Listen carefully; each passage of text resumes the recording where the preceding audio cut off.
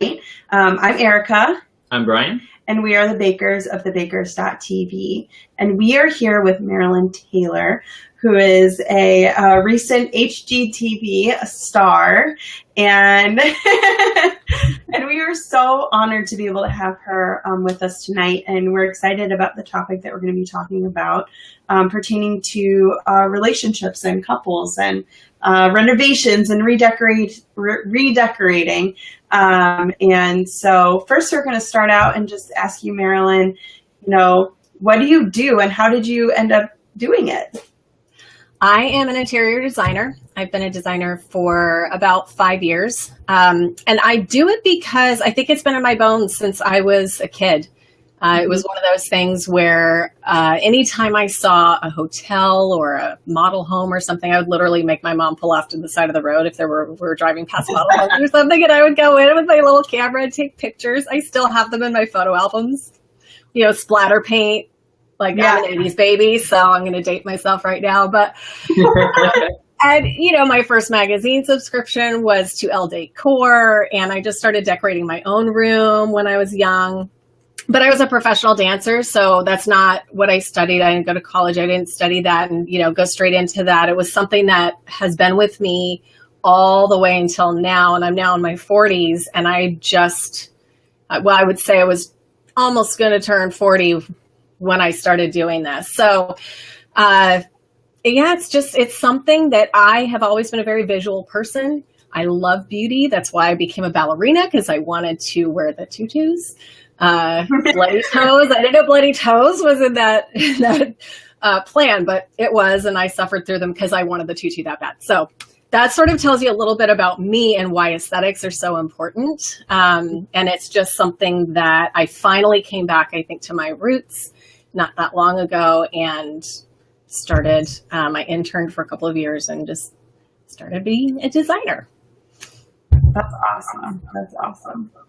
So you just recently were on HGTV, right? Correct. Yes. Would have been a week ago. Yesterday was when my episode aired, and it will air one more time. If anybody on here wants to see it again, we can talk about that later. But yes, I was on an episode of House Hunters Renovation. They found me actually through my Instagram account, and they approached me and asked me if I wanted to submit an application or an audition video, basically.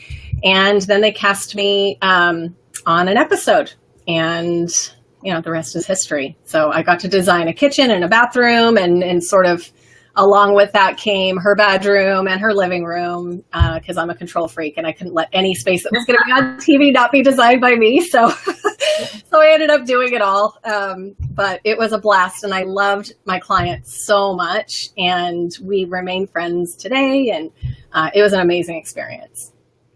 That's awesome. Yeah. We checked you out, and it was seriously so nice what you did.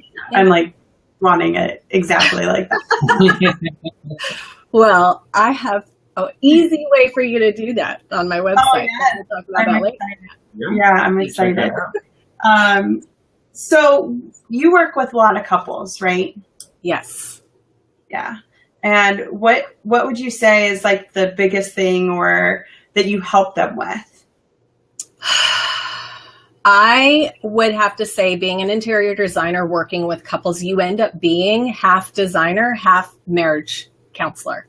You play goalie a lot of the time, making sure that both partners feel equally heard, that they both feel equally important, because my job really is functioning sort of as a conduit of to translate what they have in their head or what they want to feel into a space. And so I take a lot of time really getting to know both people, so that I can kind of do that for them. And I also tend to be very good at finding a way to, if one person, say, wants farmhouse and the other one wants all modern, well, they're thinking they're on two opposite ends of the spectrum, where meanwhile, it's not that difficult to incorporate both styles so that both people are happy. But I think without being a designer, people feel like there's no way to bridge that gap, you know? So, but it ends up just being a lot of, usually it's saying to the wife, okay, hang on just a second. Let's hear what he has to say. And I'll tell him, pretend like she's not here. Just tell me what you want. If this was your bachelor pad, what would you do? You know, and really starting with, not because so many husbands or wives, I've seen it on both sides, where you can tell they're considering what the other person wants when they're speaking about what they want. And I can usually feel it, and I'll tell them, forget she's here. Forget he's here. Just really dig deep about, if you could have anything in the world, what would you do for yourself? And that's where we start the conversation. And I do it with both of them, you know, but I would say most times there's one very dominant person who knows exactly what they want. You know, it's rare that you get two people that are like, we don't know, we just want something nice. So that's awesome. Pretty much really cool to hear, because we didn't even realize, I don't know if you did, I didn't even realize that you could like have the two but still have like one thought to combine. So it's, you always think it's like, well, it's either one or the other, right? But it's more of like a collaboration. It's true. And if you really start to look at some of the best design or the rooms that are really popular, you'll start to notice that some of the best designers in the world, including people like Nate Berkus or Jonathan Adler, it is a combination. It might be a little Hollywood Regency mixed in with some rustic or some world influence that's mixed with, you know, shiny contemporary finishes. So it doesn't, like the HGTV kitchen I just did, that was definitely not just one style. It was considering all the things that she's kind of a glamorous beach chick, you know, and knowing that it couldn't be your typical white shaker cabinets, you know, with a backsplash of 3x6 subway tile, and, you know, just like those super like turquoise, you know, it had to be something special, something that wowed, some shiny, you know, some bling here and there. But not either. You did a really good job of balancing that out. Thank you. Yeah, you know, but that's the thing, is that she really is an easygoing girl, and she's got animals in that house. And so it couldn't be super high-end finishes for her. It had to be realistic, you know, and that's the thing too, is for a lot of people, they'll see a space and go, well, I love how that looks, but I could never do that with my kids and my animals, you know, and a lot of people feel that way. And there's so many solutions to that, but that's a whole nother live Facebook interview to go into dealing with, you know, design with kids and animals. Yeah. Yeah. So what would you say would be, like, say a couple's considering redecorating or doing a renovation together, what would you say is the first step for them to start figuring out what they want to look like, with both of them being represented equally in the space? Right. So there's the first step to me is both people need to sit down with themselves and think of what is their why. Why do they want to do this either redecorating or a remodel? Mm-hmm. And almost always it comes down to because they want their space to feel differently. And it's a matter of answering the question of, what do you want to feel when you're in your space? So one of the first things I ask people to do is to each partner write down the 5 top descriptive words of how they want their space to feel, whichever, and it has to be a different list for each room.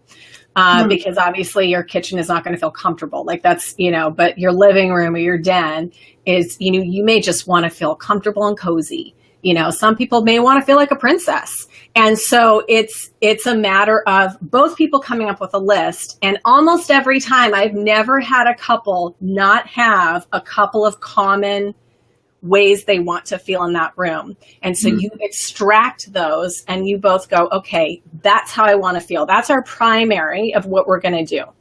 Mm-hmm. Then you take your next thing on both sides and say, which if that's your primary, what's your secondary, right? And one guy may say, I want it to feel like a hunting lodge, and the wife might say, I want to feel like a pretty princess, right? Okay, so then we could still do both. We really can have a bare head on the wall with a pretty crystal chandelier. It can work.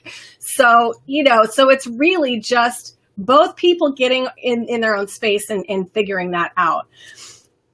The second thing I would say is recognizing that this is a form of self-care for both people, because your home, and this can also apply to a workspace, like you guys have a common office that you work in, right? So it doesn't matter what the space is. If you're in it a lot, it is a form of self-care. You want to feel that it reflects who you are, but if you need a sense of peace, if you need it to feel happy and vibrant, if you want it to feel very special, and kind of how like the difference between, say, a Ritz-Carlton and a W hotel, where a W hotel is going to be super hip and cool and young, and maybe the Ritz-Carlton is going to feel like you've arrived. It's like old money.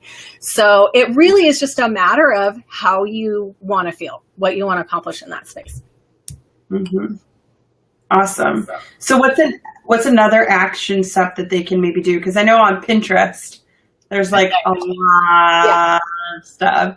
Okay, so this, you guys, okay, and I haven't said, please, if you have not yet, grab your pens and grab your paper, because take notes. I literally have steps for you. And I say Pinterest, not house, because in Pinterest, you could do secret boards, and these are going to be very important. Okay. So the first thing is, you both want to set up your own Pinterest account if you do not have one already. You're each going to set up a Pinterest board that is secret, so no one else can see it. And you're going to get in a room by yourself, and you're going to pin at least 30 images. You're going to start with the kind of overall inspiration rooms, right? Where you're just finding rooms that feel how you want it to feel, or that look how you think you want it to look. And you could be all over the place. That's okay. Just don't feel like you have to pigeonhole yourself in the beginning. Just pin whatever appeals to you. Then start moving into things like lighting or color scheme or textures, or, the more detailed items, until you have a board of at least 30 images. Okay. Then you're going to invite your spouse to your board. Okay.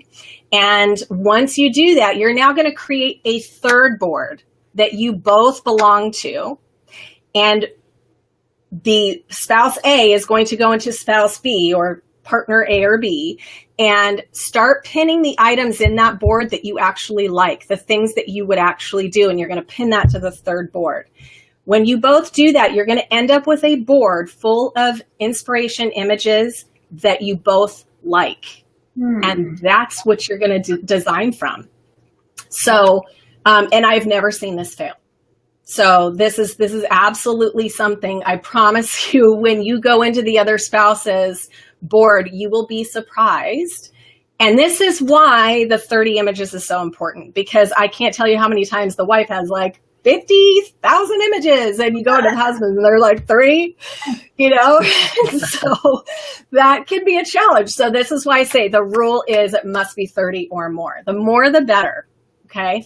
So that's how you're going to, on aesthetics, that's how you're going to find your common ground without a designer to be your goalie. Right. Yeah, that's awesome. So far, all the steps are.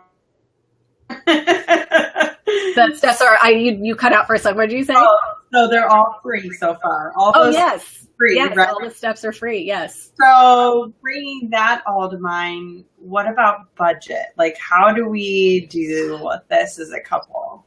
Well, so this is what I say is there's 3 pain points to decorating or remodeling. And it is always aesthetics, which we've covered, and budget, and then scope, meaning how much or how little you're going to change.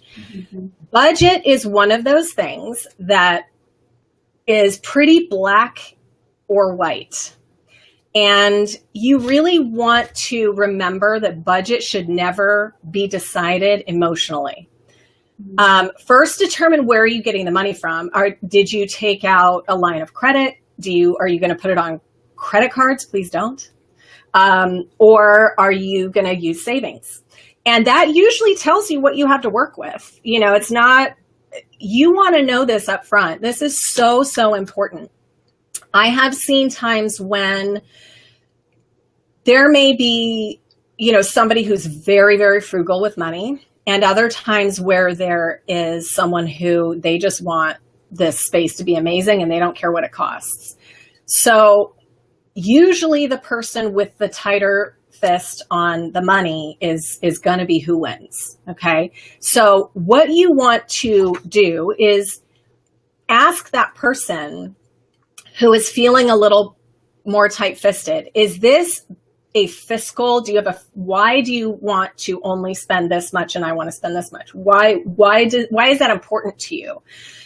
And it's either going to be fear-based or it's going to be a very valid, fiscally based decision. And if that's the case, thank them.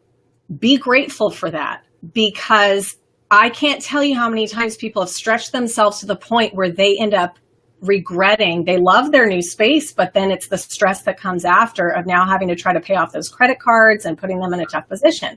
So be grateful for your frugal partner.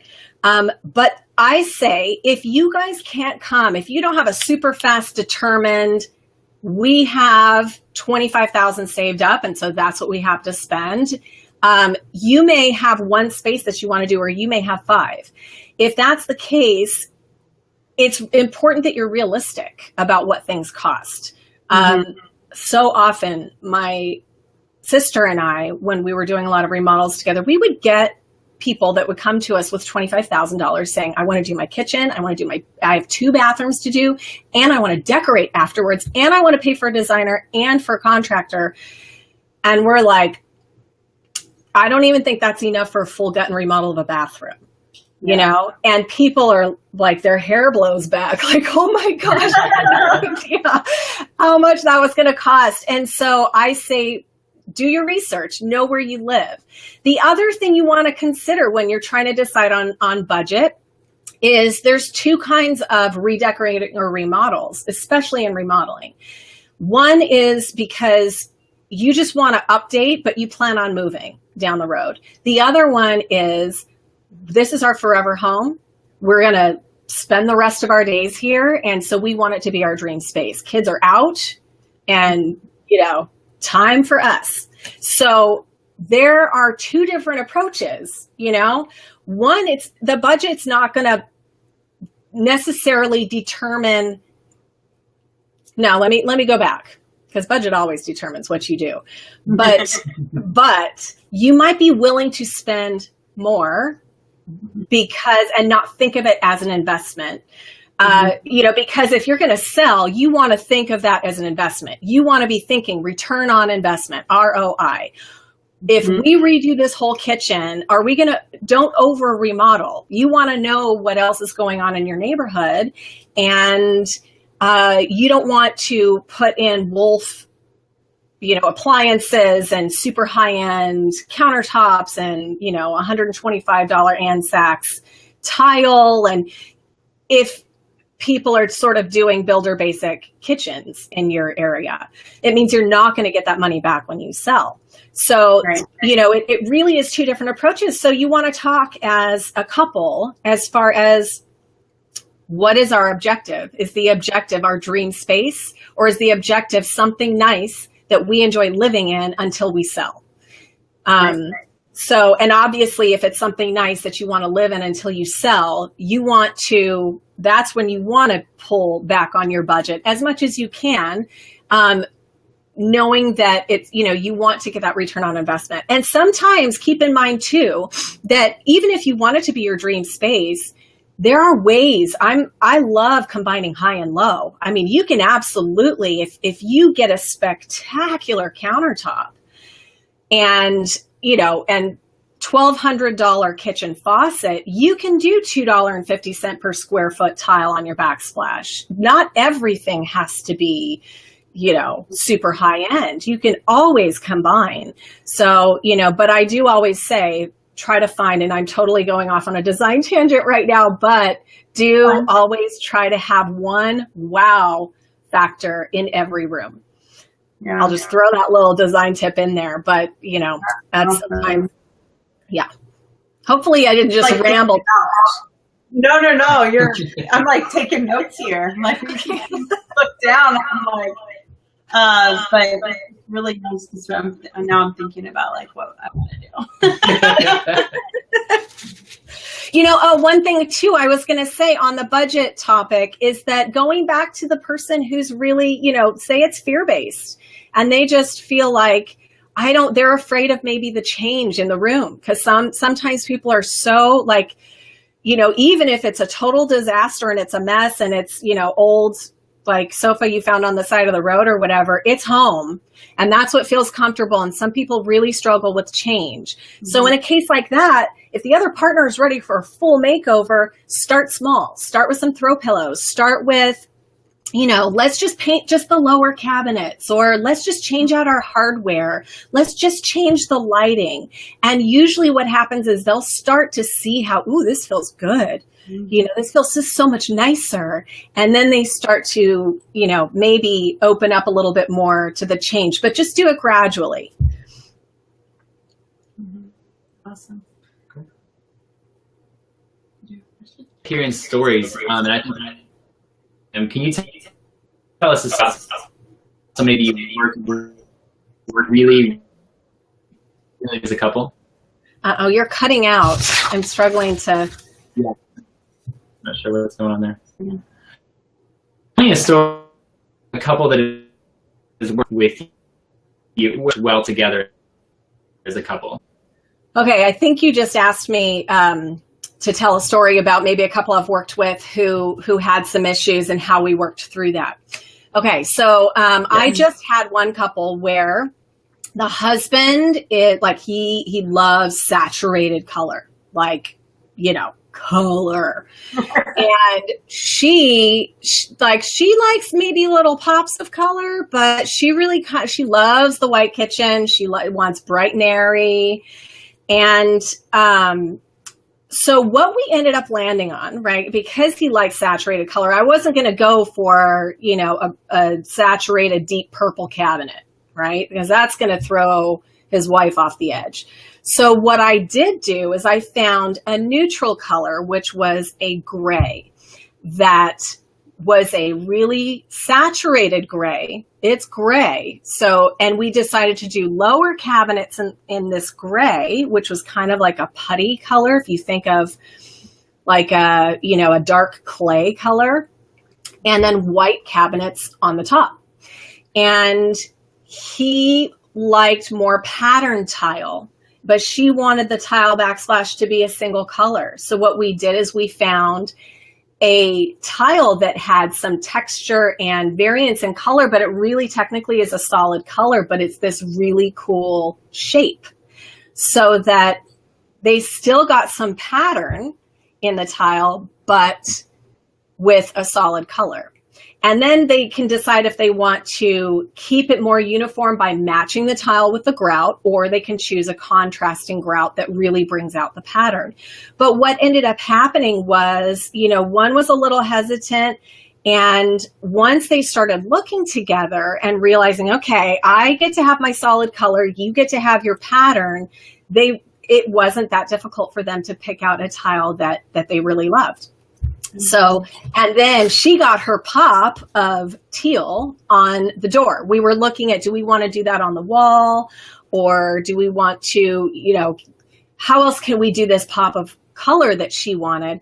And we ended up deciding the kitchen door was the perfect way to do that. Leave it all white up on top. And then they went with a Carrera countertop, which is, again, a very neutral choice. And then with brass finishes, because he wanted something that was sort of unique, but not, and they were really afraid to make personal choices, even though they would like to be out of the house eventually, but they have no solid plans of when they might move. So they were thinking about, we don't want to make choices that are so personal that somebody else wouldn't want to buy the house later. And that's another thing too that they were really considerate of, was the style of their house and how to make it, make sure that the kitchen wasn't sort of a sore thumb, you know, that it made sense with the house. But they ended up, they're thrilled. So now they're in the middle of their remodel now. And, you know, and we found common ground. And it was so funny because in the beginning, every time the husband would start to talk, the wife would be like, oh.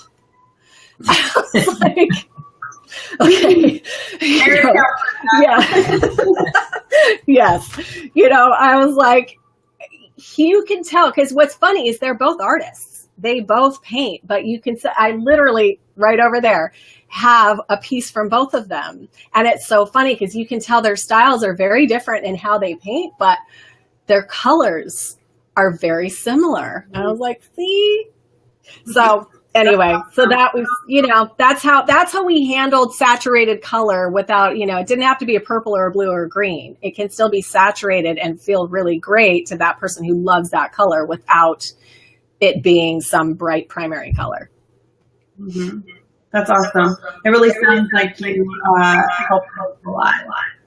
Yes. Yes.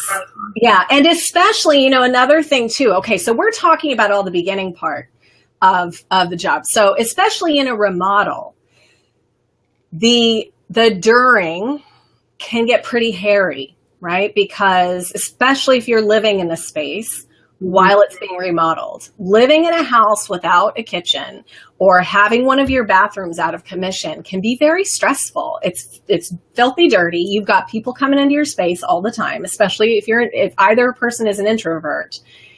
You're going to feel violated every single day because there's going to be people all up in your business and they want to arrive at 7:30 in the morning. And if you're anything like me, just kill me now, because they like to work super early and my brain doesn't even turn on until 10 a.m. So, you know, so those things can all add a lot of stress. And so if you both go in sort of with a game plan of, okay, how are we going to handle this stress when it starts to hit? How are we going to handle problems? And this brings up another really good thing about budget is always, always, always have a contingency. So let's say you decide we have $50,000 to work with. Try to get your budget of what you're going to do somewhere within 80% of that. So you have 20% of your budget for all the what ifs and the problems and the extras that pop up, because it's guaranteed. I have never ever seen any remodel or project not have unexpected items. Now, when decorating, it's different. You have much more control over that. But when you open a wall, you have no idea what you're going to find. So that's really, really important, because if you already have that contingency in place, when a $3,000 expense pops up, you're like, our budget is blown. And one person's like, see, I told you. And, you know, and it's just, that can be a really big deal. But if you're prepared, then it's like, okay, we were prepared for this. Right on. High five, high five. So that's important. Just have a plan. If you need to escape, already have identified the hotel that you're going to have your weekend staycation in. So you can just get out of the mess and have an exhale and take a break from the chaos that is your house during a remodel. So, but I do recommend very, very highly, especially if you're doing a lot of spaces in your house at once, move out. If you can afford it, try to work that into your budget. Don't live there while it's happening, because then it happens much faster. It literally can cut the remodel time in half. If you're not living there and they're not having to like move your stuff around and cover everything up and pull everything out and vacuum up every day in between, you know, it's a lot more work for the people doing the work if they have to work around you living there. So something else to think about. Yeah, for sure. Awesome. So I think that it's great being able to have it where both people are being represented in the space, because I know for Brian and I, we finally feel like we live in a place, or at least our living room is a peaceful place for us to be. And so when we do have arguments or when we do have issues, we have like that sense of calm around us, even though we might have 3 kids, 3 and under, and a bunch of toys everywhere, stepping on Legos all the time. But having that sense of peace, you know, is huge for us. So I think that it's really good. It goes along with what we've been talking about with everyone in regards to communication and making sure that you have a safe place. And I feel like, Marilynn, you know, what you're talking about goes directly in that, is creating literally a safe place where both people feel like they can be heard and it's part of them. It's not them living in someone else's space. And I think that's huge. That can happen sometimes if one partner is moving into the other's already established place. I have seen so often when the person whose place it already was is really hesitant to, it's like, okay, you can have this little corner, or you can have this one wall where you can hang some stuff. And that can never be the case. Either you guys are partners or you're not. And it is a really, it can take a huge toll on your relationship, because what that communicates to the other person is, you're not as important here as I am. This is mine. You're a guest in my space.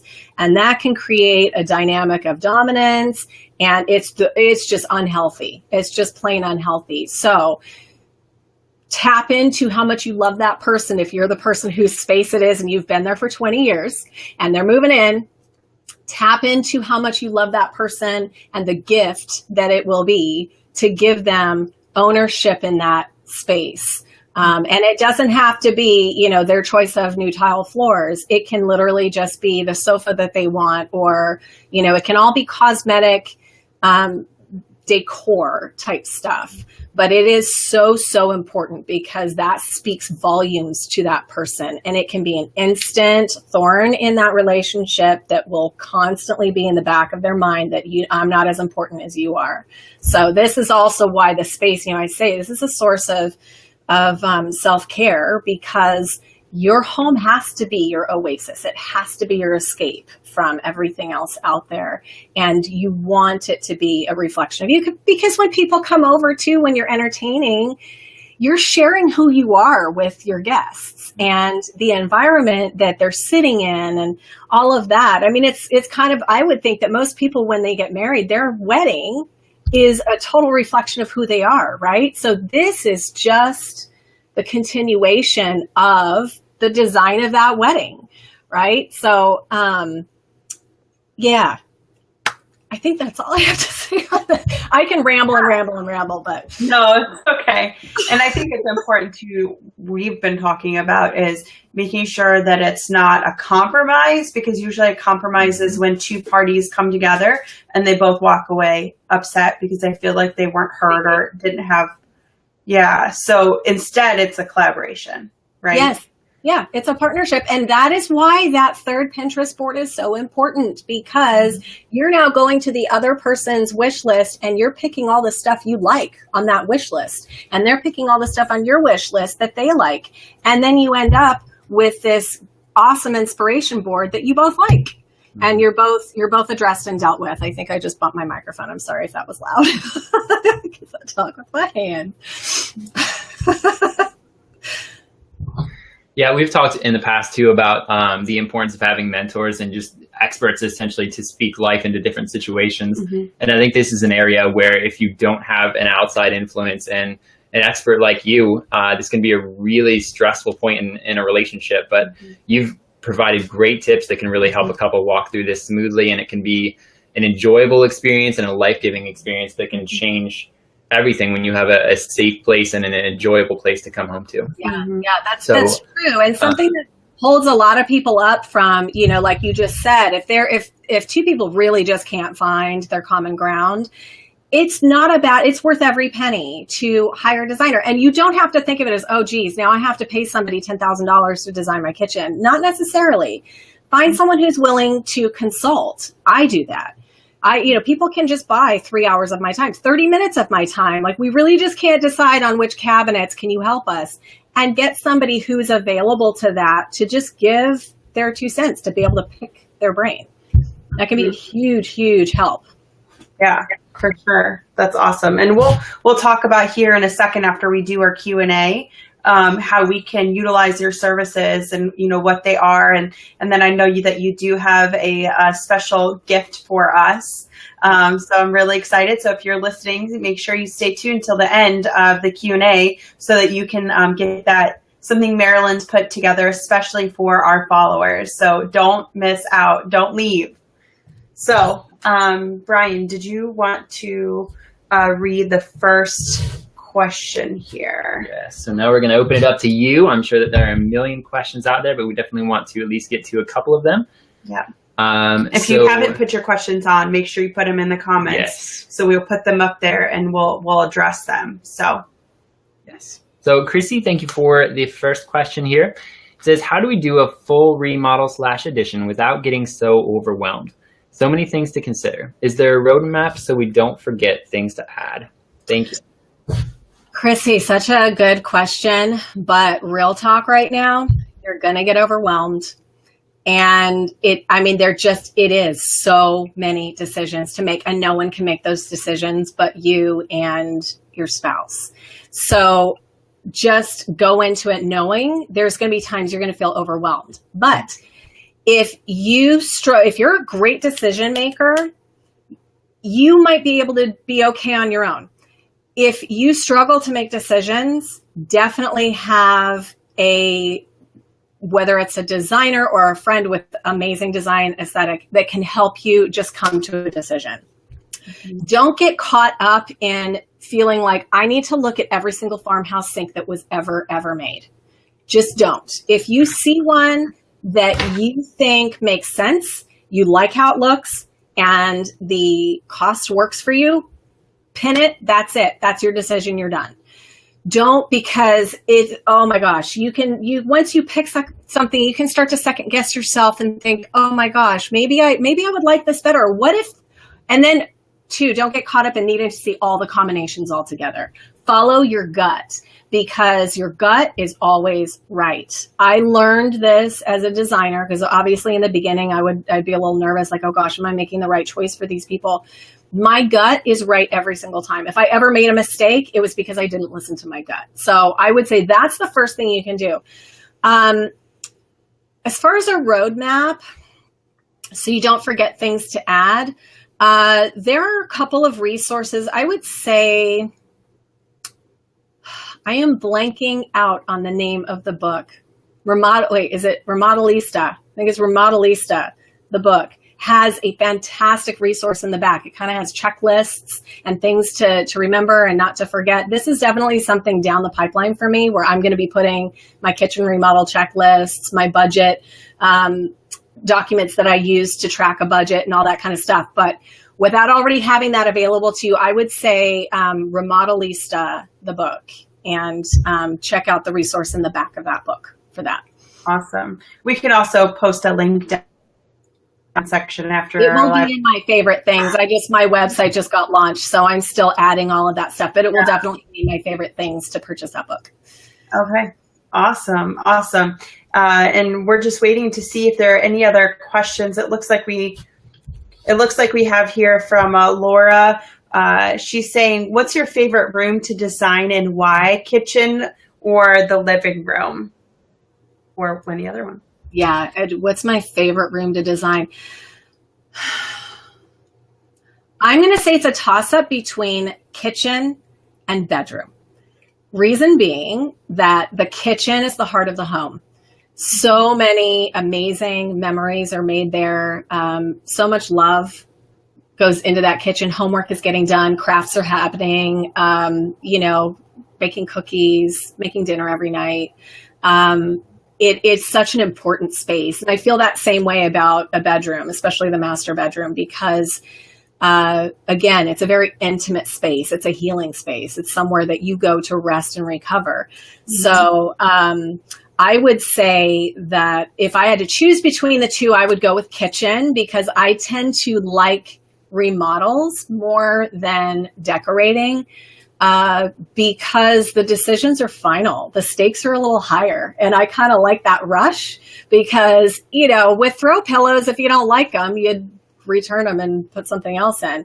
With kitchen cabinets or a tile backsplash, you're paying $1,200 just to even have it put in, not including the materials. So it's not an easy switch it back out. So I think that's why I would pick the kitchen over the bedroom if I had to pick.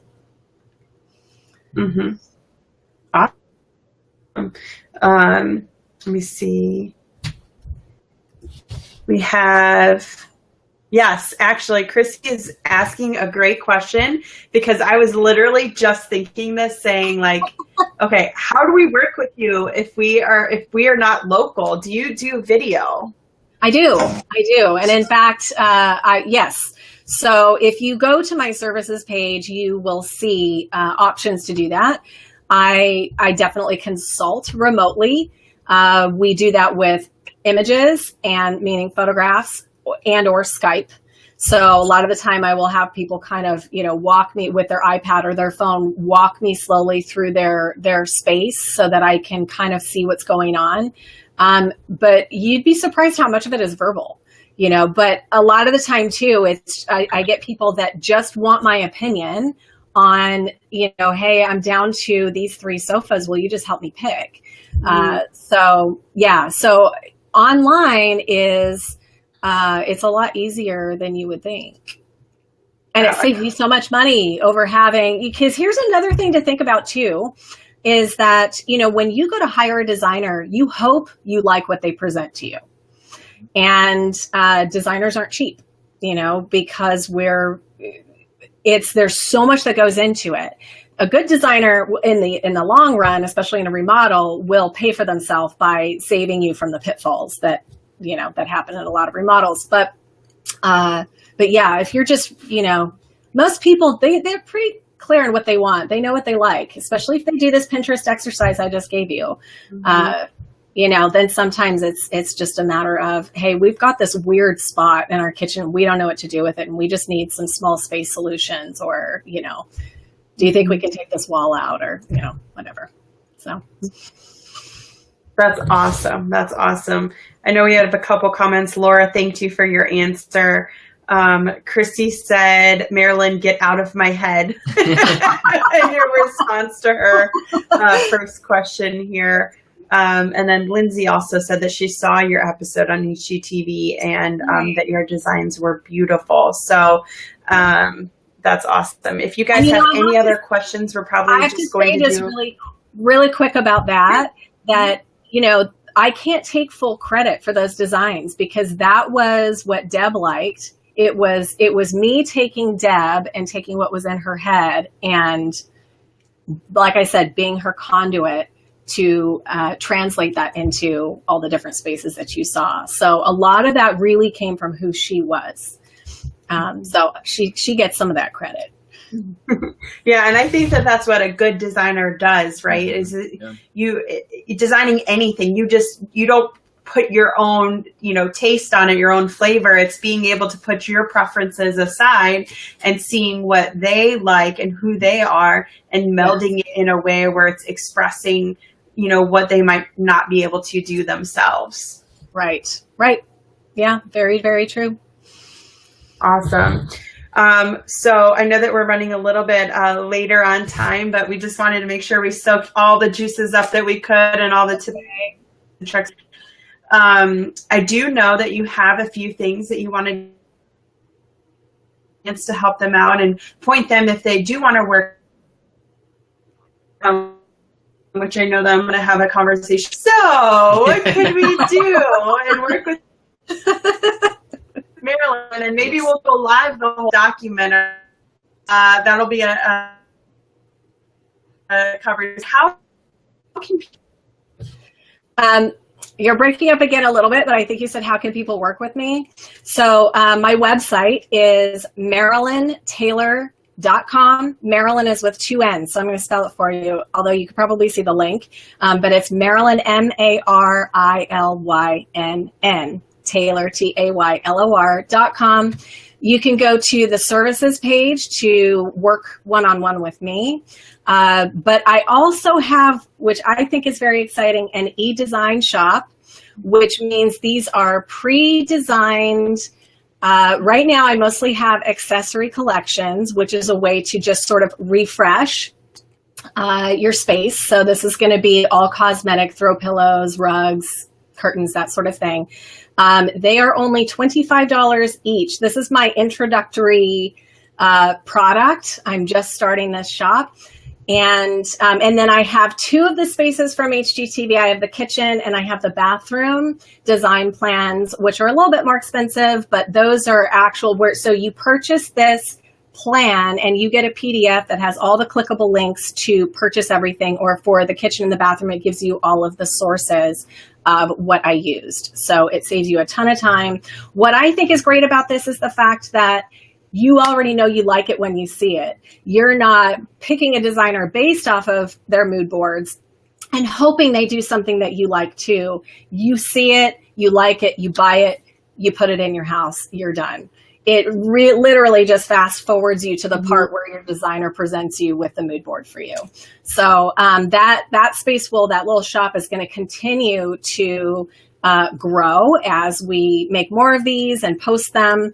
But for my Bakers followers, I have a coupon code that will give you 10% off of anything in my shop or any of my services. This will be your first purchase of my services. It would be anything in my design shop, but so in other words, it would not be 10% for life. It would be 10% for your first, if you want to buy a consult package with me.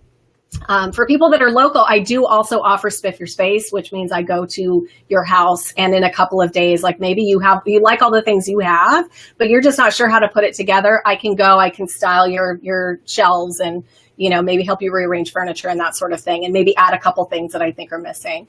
But you would receive 10% off of any of my services as well. And the code is Bakers, plural, TV. So BAKERS TV. That's your coupon code. Awesome. And I really enjoyed having you here with It was fun. Onward for creating spaces for couples to feel like it's both of theirs and being able to have that communication. Yes. So yes, thank you. And really, if you're in a position where you're really struggling, bring someone in, find somebody who will do, consulting for you and kind of be that third, voice. Mm-hmm. Yeah. Awesome. Well, thank you so much, Marilynn. And looking for your stuff. HGTV star. So fun. Guys. It was so fun. Thank you for having me. It was an absolute. Have a great night, Marilynn. Okay. Bye. Bye. Bye, everyone.